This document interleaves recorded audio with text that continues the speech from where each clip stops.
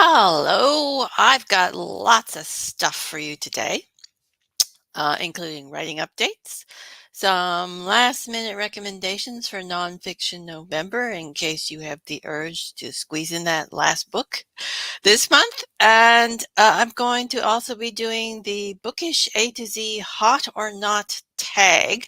And I was tagged by Margaret Pinard, so thank you. And you'll find out um, my preferences at the end of the video. And yeah, please excuse the creepy stuff in the background. Those are props for our thing that's coming up in December. I forgot to move them apparently. So first thing we're going to do is the writing updates. So I've been doing National Novel Writing Month, and yeah, we are not talking about the scandal going on over there at the moment. So yeah, but I've been doing a bunch of books this month, trying to finish up some first drafts. And so far I finished the first draft of my paranormal cozy mystery and even started the second book, though I didn't get too far in it, just about a chapter, half a chapter. And I also finished up the first draft of Masks and Shadows, which is my historical fantasy set in Renaissance Venice. And I'm glad of that because that one's been going on for a while now. And yeah, and I did a few paragraphs in book two of that one too. So it's been productive in those two fronts. A lot of editing to do next year on those books because yeah, there's still a lot of work to be done on both of them. But I'm glad the first drafts are finally finished on both of them. So, but that left me because I vastly underestimated how much each of those books still needed with about 20,000 words left to write for the month if I want to meet the 50,000 word goal. So I'm now working on finishing the third story in the Hayward and Anderson series.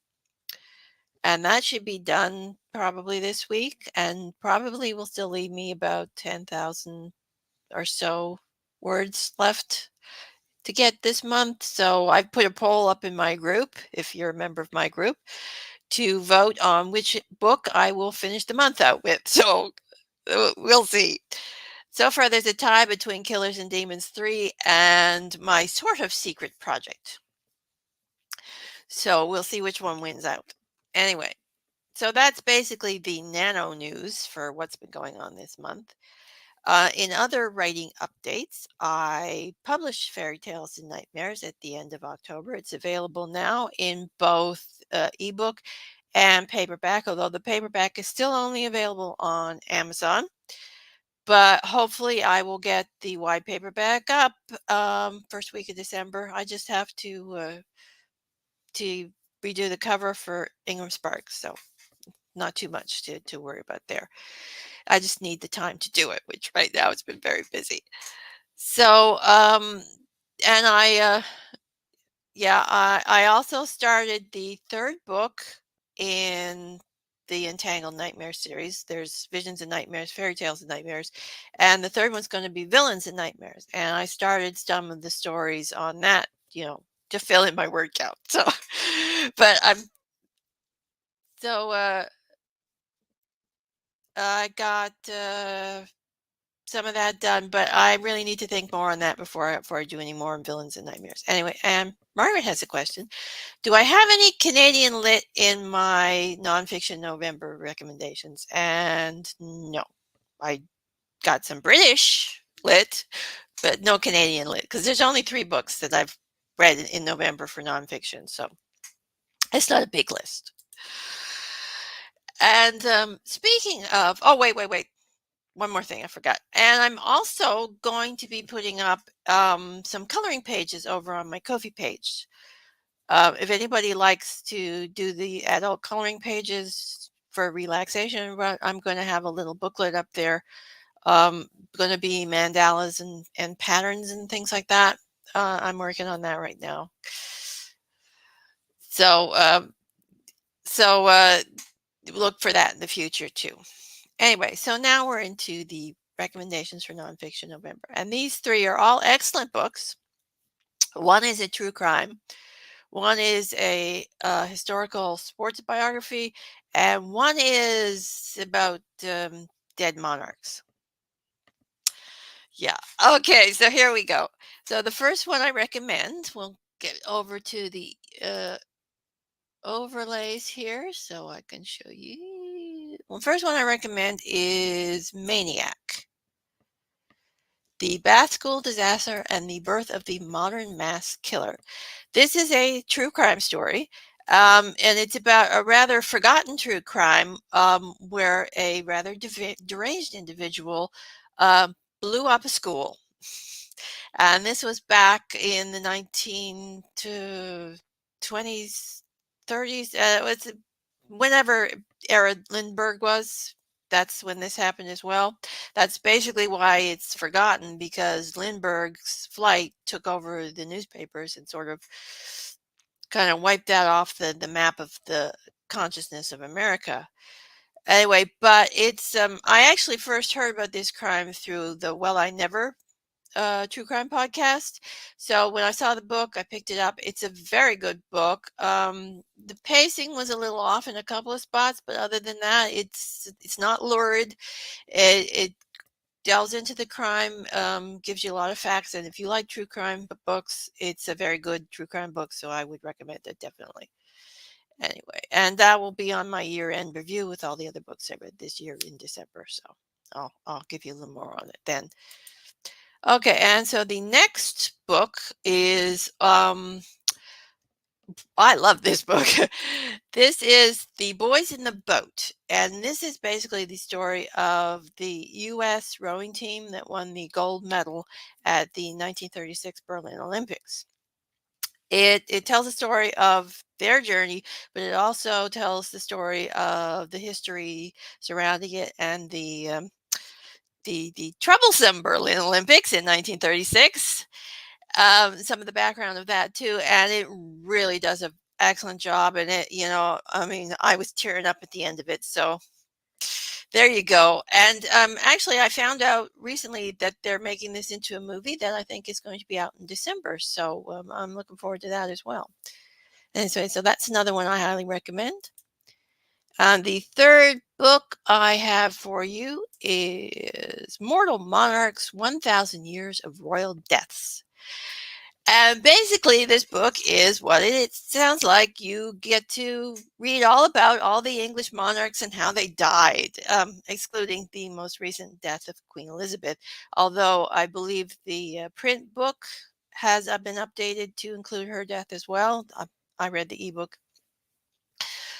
So, but actually, it's an interesting book because it gives you the historical facts in a rather charming and sort of tongue-in-cheek way in a lot of it, but it also gives you like some of the royal deaths. Of course, they're more or less lost to history, so we only have supposition on the actual cause of death, right? So Susie Edge, the author, she's a medical background, and she gives some supposition on what the deaths could have been if there's some question in how people died. So I like that, and I found it was a charming book and an excellent source, a reference source as well. So if you need reference material, so and that's my third recommendation, my three recommendations for nonfiction November. If you want to sneak in an extra book there, okay. And so now we're going to the Bookish A to Z Hot or Not tag by Margaret Bernard, as I said. And the original tag was by Greg at another bibliophile reads. Hope I got that right. Anyway, so basically what you're doing is you have a list of A to Z of things regarding books, and you're rating them whether they're hot or not in regards to your preferences of reading. So we'll start. So the first one is A, audiobooks, and basically that would be a not for me. I like the idea of audiobooks, but yeah, I do not listen to them very much. I've been trying lately, and I may get into it, but we'll see. Anyway, just one more question about the previous thing here before we go on. Yeah. Um, yeah, I liked his style, similar to. I'm not sure if it's similar to Eric Larson's, but it's got that same sort of. It brings you in and engages you with the story, and it brings you right into the history as well as to the people that he was talking about. So yeah. Okay, so B, and I'm not sure if I'm going to pronounce this right, so if I screw it up, I'm sorry. The Bildungsroman, which deals with a person's formative years or spiritual education, i.e., coming of age. And again, that is in not. I am not much for coming of age stories. I've probably read a few of them, but no, they're not really my thing. Again, see children's books. No, again, not my thing. I'm not really into. I wasn't all that much into kids' books when I was a kid. So, uh, yeah. So, and F is for fantasy, and that is definitely a hot for me. I love fantasy books. Most of my TBR is fantasy. So, yeah. G, graphic novel. That would probably be a hot for me, although I haven't read any lately. But I do love a good graphic novel. I own several. I do reread them from time to time. So yeah, and I have a comic collection too. So yeah, graphic novels I do like. Horror. Now this one may surprise people considering I write horror, but horror as a reader is a big old not for me because I'm a big old chicken. I do not read much horror. I do read a lot of true crime. So if you consider that horror, maybe, but no, the horror genre itself, I do not read much. Inspirational, again, a not. I'm not much for the inspirational self-help lovey-dovey books. I mean, they're great. No, nothing against them, just not my thing. Journalism. This one could be a not or a hot. If you're talking about straight up journalistic books about current events or things, then no.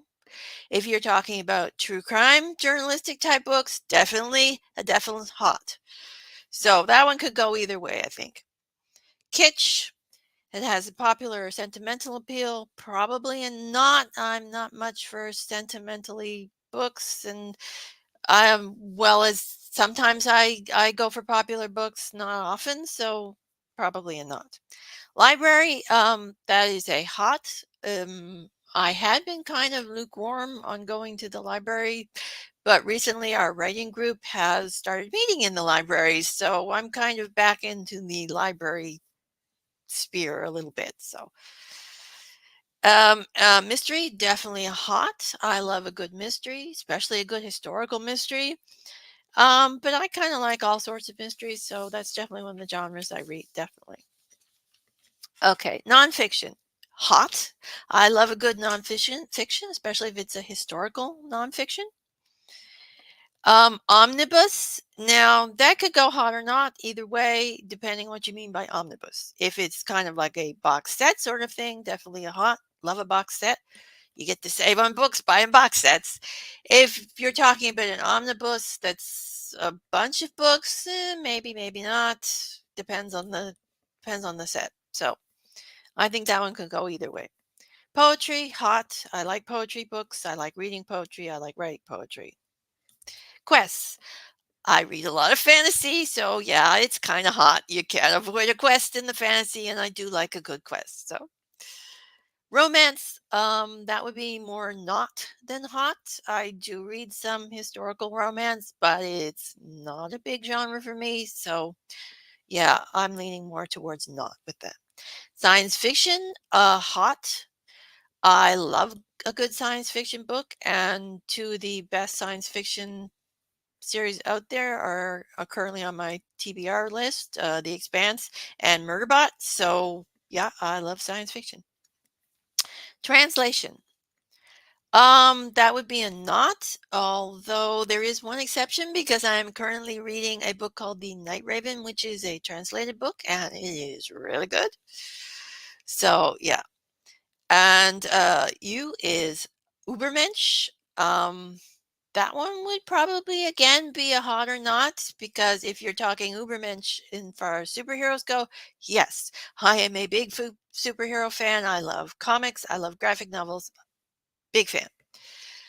If you're talking about overpowered characters in books, then probably a not because not much fan is those characters that can do no wrong, the Gary Sue type characters. Okay, so Victorian. Hottish, depending on what you mean by Victorian. If you're talking Victorian literature written from 1837 to 1901, then it would be a not because I don't read a lot of Victorian literature. There's some, I've read Dickens, a few other things. If you're talking about novels set in the Victorian era, then definitely a hot because I love a good Victorian setting. But the only setting I like better than a good Victorian setting is a good Regency setting. So, W is Western.